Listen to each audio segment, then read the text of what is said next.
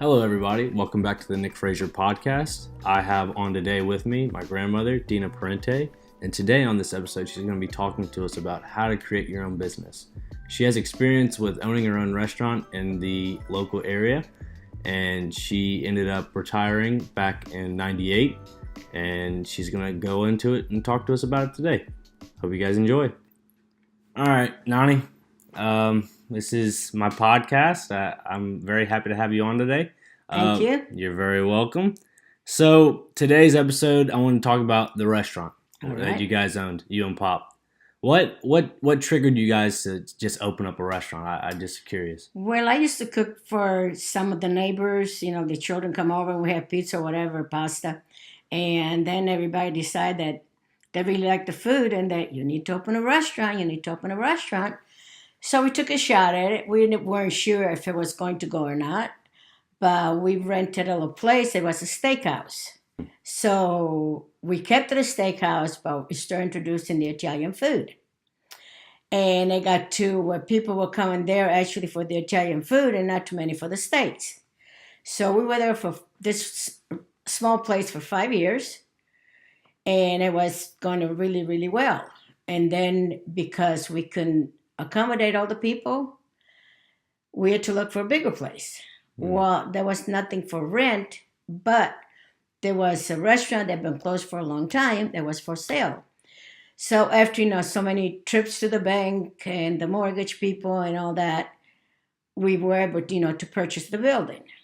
And we went from sitting 75 people to about 125. So it turned out really, really well, but it was a lot of work, and a lot of worries, of course. You don't know, if you're going to make enough money to pay for your expenses, but it took off really well, and it was a very, very good spot. We were on a corner. Right. And like I said, people, they just love the food, and it hit on from there, huh? Yeah, it just kept getting better and better and better, more people. And it was really just what we wanted to do for years and years, and we thoroughly enjoyed it.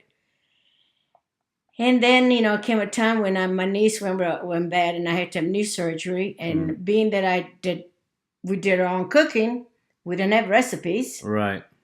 And it was either we do it ourselves or it didn't get done. Yeah. And therefore we decided that I just couldn't do it anymore. And so we sold the building. And then we were going to go, after I got my knee replacement, we were going to go to a smaller place. But it didn't work out because when we went to rent, we looked to rent a small place, and the rent was so ridiculous. It was like, So we just decided to call it quits. I still cook, for some friends, special stuff that they order. And I don't mind doing that because I enjoy and I love cooking. Well, that's good, Nonni. I'm glad you still are cooking. I don't think you can take the cook out of an Italian, honestly. Yeah, exactly. Yeah, it's in your blood. Especially you're Sicilian. But yeah, a lot of people that are listening right now, they don't know that your restaurant was a family business. It was strictly family restaurant. So, my mother and my uncles and your kids, they were the ones running and their that friends. as well. They all worked in there, bussing tables, washing dishes, serving food. But it was just my brother and I in the kitchen. Yeah. We did most of the cooking, but we got there early where we did all the prep and everything was ready to go. Now, how many long nights did you guys have at that restaurant? I know it was probably a lot of them, but I probably at least 3 or 4 nights a week. Now, starting out with your restaurant in the beginning, those long nights, were they like multiple weeks where you guys were sleeping overnight over there, or how did it all come Well, about? no, we used to close at 11 o'clock, but we never got home before 1. Right. Because we had to clean up and, make everything, get things ready for the next day, of course. And it was... But the thing is, you got to enjoy what you're doing. If you enjoy what you're doing, you will succeed. And if you're just doing it to be doing it, just say, well, this is just a job, it's not going to work. No. It's not going to. And we loved our customers. The restaurant was a big family restaurant because people come in and everybody knew everybody. But everybody knew Mr. Lorenzo.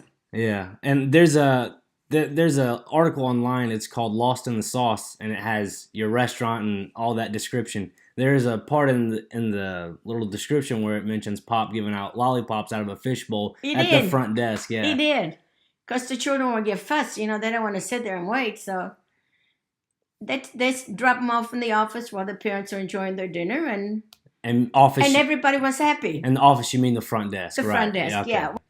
That's really cool. And obviously, my older brother, was a big That's where he learned to play golf. Exactly. Yeah, you can go into that if you want. Yeah.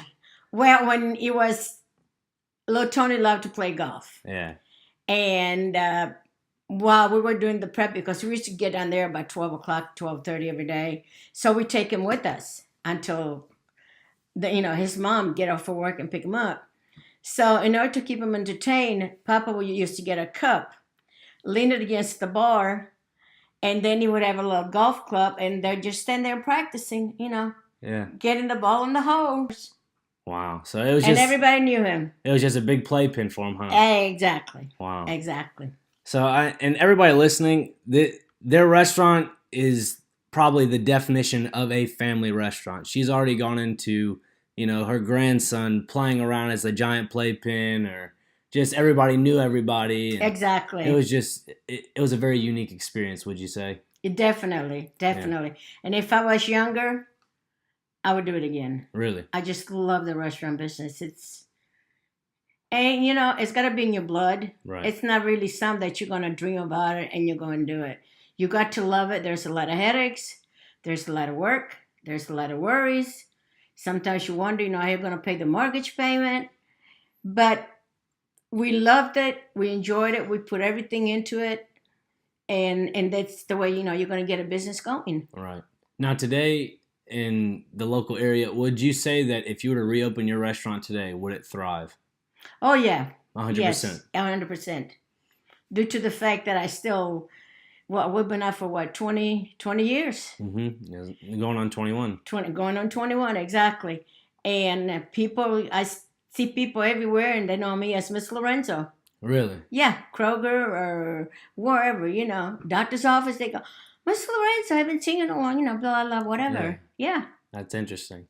And for people that are listening, she's saying Miss Lorenzo, she's mentioning the restaurant. The restaurant's name was Lorenzo's, named after my grandfather. Mm-hmm. So it was it's a really cool thing to have your own name be the restaurant, isn't it? Huh? Well, everybody knew him. Yeah. Which had helped. Especially from his professional career. Mm-hmm. Yeah. Side note, my grandfather was a professional wrestler back in the mid-'70s, early '60s. '60s, yeah. So his career kind of helped build that restaurant reputation. So, and speaking of wrestling and the restaurant, were there a lot of wrestlers that would come and visit the restaurant? Oh, yeah. Whenever his friends were in town, they were wrestling here locally. Yeah, they always used to come in and visit with them. Of course, they eat dinner and have a couple glasses of wine or beer or whatever. Right. And things like that, yeah. Who are some notable wrestlers that came through? Lutez with his wife wasn't there. Of course, the promoter from here, Nicholas. Mm-hmm. And... Saul Weingroff, he was the manager for a long time. Right. Of, the Papa and Bobby Hart. Mm-hmm. What's his name? They did the poster. Jerry Lawler. Oh, Jerry the King Lawler. Yes, yeah. Uh-huh. He made a big poster, says Lorenzo. Mm-hmm. That was his gift to Pop. Oh, wow. This... Yeah, the sign in the back. The sign that's back there. Oh, okay. I didn't know that. Jerry made that. Wow. Yeah, there was quite a few... different people that would come in or pass through. Right. And then make sure that they stop, to visit and have a beer or a glass of wine or whatever with Pop. Uh-huh. So it was more of just There was a family restaurant, literally a family restaurant. Yeah. That was not fancy. Right. We had tablecloths and and it was just unique. It was just unbelievable. Yeah. Now, what was the main thing that you guys would sell on a regular basis that was the hottest, meal? Well, we had, the veal was really hot. Really? Yes. And the special chicken. which would take like 45 minutes to cook. Right. So we cooked so many orders, maybe 4 or 5, because you didn't know if you were going to sell it or not. Right. And then most of the people, would come in and they wait for it because that's what they wanted. Really? Yeah. So they would just have a bunch of appetizers and and have some to drink. Wow. Wow, that's interesting. And were your cooks besides you and your brother? It's just you two? That's it. Wow. Yeah. Mm-hmm. Who the extra help? Who other than the family helped out? Rather like the friends. Who were they? Anthony's friends helped out a lot. Oh, okay. Like Cliff, right. Jamie. Right. Whenever we needed them, they would come in. Okay. Yeah. Anybody else or no? Well, there was, just different people. Yeah. I mean, they were not steady workers. Okay. They kind of fill in, especially on the weekend. Right. Yeah. Now, were you guys mainly busy through the week or just on the weekends? Oh, no, we were busy all the time. Oh, really? But the weekends, we had to have more helpers, of course, because, more. It was busy on the weekend than it was, during the week. And when y'all were busy, did you guys ever have like any waits outside the door? Yeah, 45 minutes. Oh my goodness! Really? The first weekend that we were open, there was a 45-minute wait. Wow. People were lined up because they knew, that we were in the process of moving. So and the radio station, I don't remember which one, but they were kind enough, to promote you, to promote it. Oh. And therefore, all the people that used to come to the other restaurant, they all came in. Yeah. Wow. Sometimes we used to stay there till 1:00. Still have people. Wow. Yeah. So then those were some nights where you guys would stay till about 4 a.m. Right? Definitely. Wow. Mm-hmm. And speaking of promotion, when celebrities like wrestlers and any music singers come through? The judge came in. Because back then they would have fanfare at the fairground. It used to be called fanfare. Now it's the during the summer, the month of June, they have that big concert with the country music people.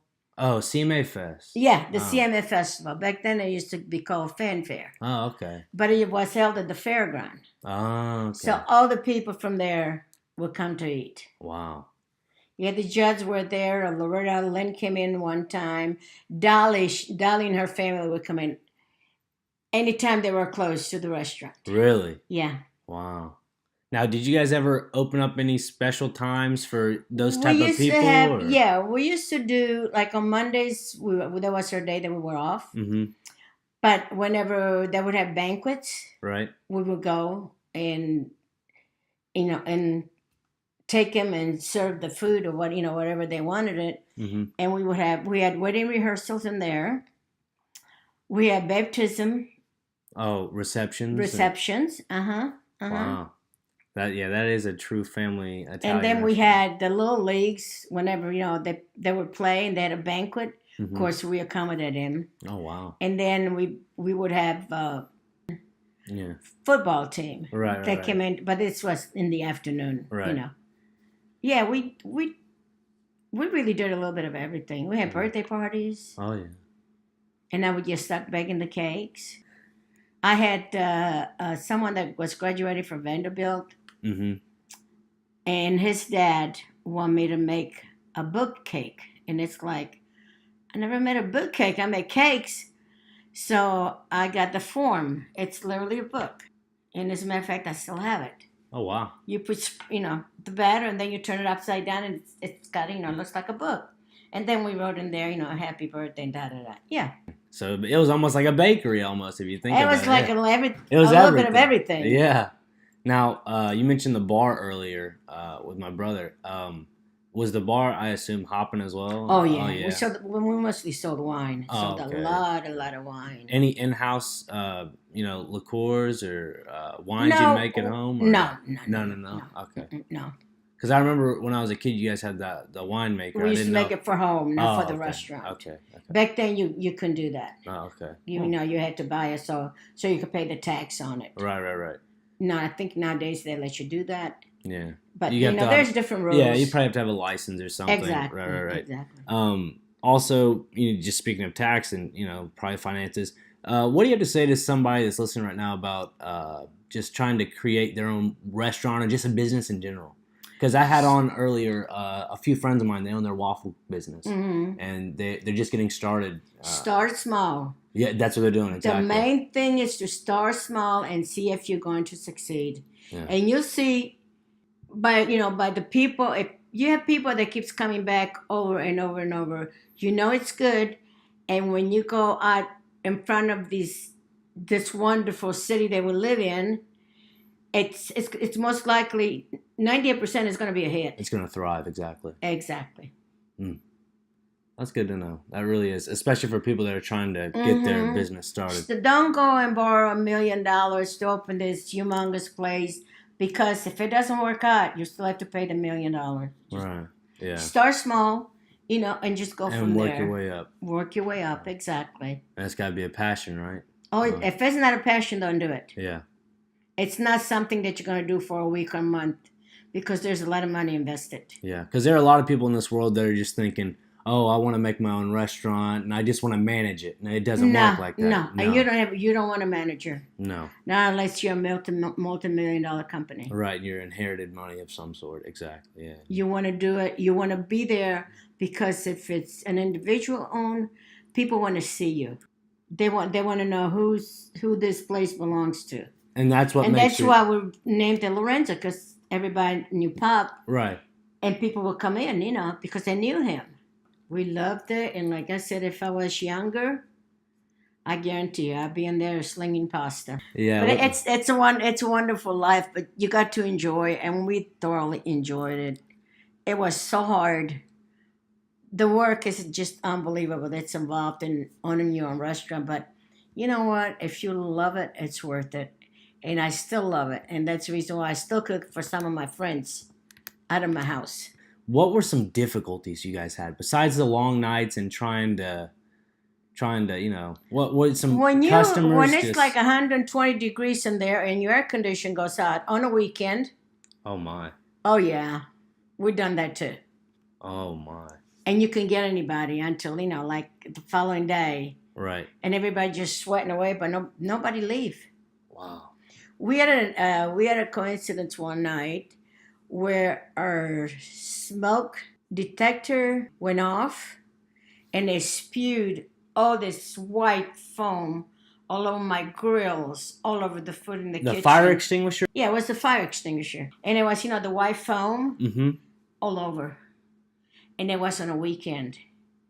So I went up front and I told Papa, I said, we can't cook. He goes, why? I said, the fire extinguisher went out, there's foam all over. It was all over.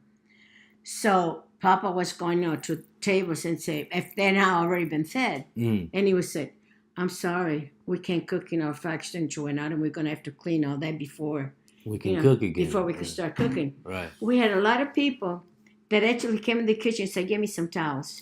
And we cleaned it, and we were able to start up again because people were willing to wait. That was the most terrible thing that ever happened in there. Besides the fire extinguisher incident, did you guys ever have any problems with any type of robberies? Nah, somebody broke in, but we weren't there. And they were after this. We used to have a cigarette machine back then. Right. So they went after the money. It was maybe a couple of dollars in the cigarette machine. Yeah. But we didn't, nobody kept money in their business because I said, that's the only time that. Nobody tried to rob you guys while you were in there trying to. Well, when we were at the other restaurant, somebody tried to rob Papa. Oh, really? It was like a little counter, and they put a rifle, they laid across the counter. And he wanted the money, so Papa grabbed the front of the gun. Yeah, the front of the gun. Okay. And kind of twisted. On the meantime, some other guy came around and grabbed it, and they took off. So they didn't get no money, or no, they didn't get no money. But Papa was going to hit him with his own rifle. But it was a companion, right, sitting there. Right, yeah. So he came around and grabbed it away from Papa, and they took off. Wow.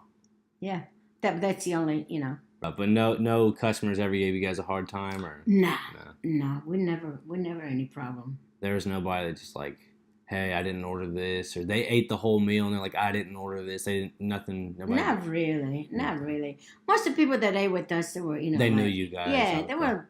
Like I said, most of the people were like family. Okay. everybody knew everybody. Yeah. Well, And I still see people today. like you were saying earlier, they know you. Yeah. Now, those people you see today, they ask you if you want to reopen. Oh yeah, when you gonna Miss Lorenzo? It's Miss Yeah. Lorenzo. When you gonna open another restaurant? It's like, honey, I'm too old. Did you ever mention to them maybe the grandkids will take one over? Or? Well, I keep telling them, I says, if my grandkids want to open one, I would be more than happy to work. Yeah. To teach them, how to do it. You wouldn't be working. You'd just be the lady that would. Well, yeah, I would have to teach everybody what to do. No, I'm saying you'd be the lady greeting everybody. You'd be the greeter. There you go. You've done your time. Your mom used to do that. She was the hostess. Really? Oh yeah, her and Pop were at the front. Yeah. And then what Anthony and Michael do? They just bus boys, or they bus tables, and Anthony would tend bar, or go in the kitchen, and it's whatever we needed to do. We done it. That's interesting. We wash floors. We wash linens. If we were short, I would bring them home, wash them, fold them, take them back. Like your mom does. The thing is, when you have a business, you got to make up your mind. You got to do what needs to be done. If you wait for other people to do it, 80% of the time, it's not going to work out. From my opinion, I think there should be more family-run businesses in the area. There should be. Because I feel like the chain restaurants, it's all about the money nowadays. And it's a chain. That's a sad thing. You don't get the good stuff anymore. But you don't get that personal touch. Right. You got to keep it the same, and that's the reason why we always made our own stuff. We don't buy, you just like the sauce. The big pots. Right. That's what we used to do. We did our own sausage, meatballs. We did the sauce. We cooked fresh pasta every day. We chopped fresh lettuce every day. Yeah. We did everything ourselves, and everything was always fresh. Now, if you were in existence today, the restaurant, do you think it would start closing down other Italian restaurants nearby? Oh, I don't know. I don't think so. No? No, because, people have a different taste. Mm-hmm. So, if they like a certain place, that's where they're going to go. Okay. So I don't think I think we'd still be doing really, really well. Right. But I mean, if I was in there, I won't be in there to close somebody else down. Because, everybody's going to make a living. Exactly. But I was just making an idea if that was possible, you think. No, I don't think so. I don't think so. I mean, and we sure wouldn't try it. Right.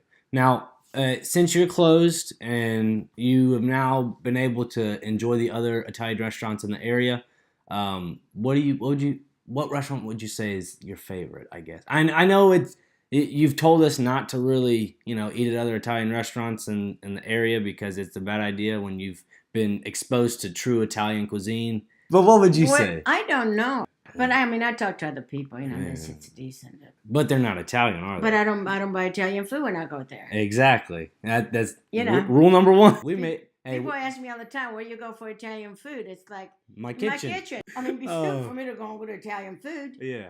Now, but seriously, what place do you think it can be family run, or it can be like one of these restaurants? It's not a chain, but it's not family run. You know what I mean? Like, for example, like Bella Napoli.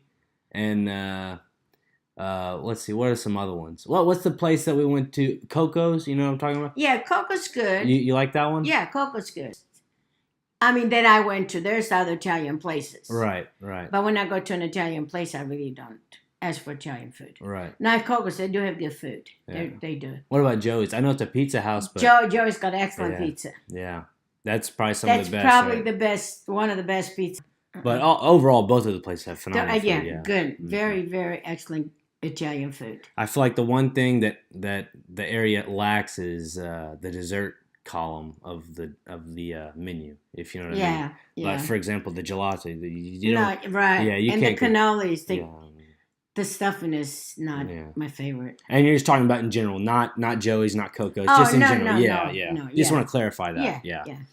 Yeah, it is hard to find true, authentic stuff. Exactly. Like I used to buy the shells. Right. Well, at one time, before we got real busy, I used to make my own shells. Oh, really? I still got the tubes. Yeah. I still got those. Wow. You did everything. Like, when we started off, I could literally say we made everything from scratch. What were your main dishes you would make? Not Pop, not your brother, not Nino.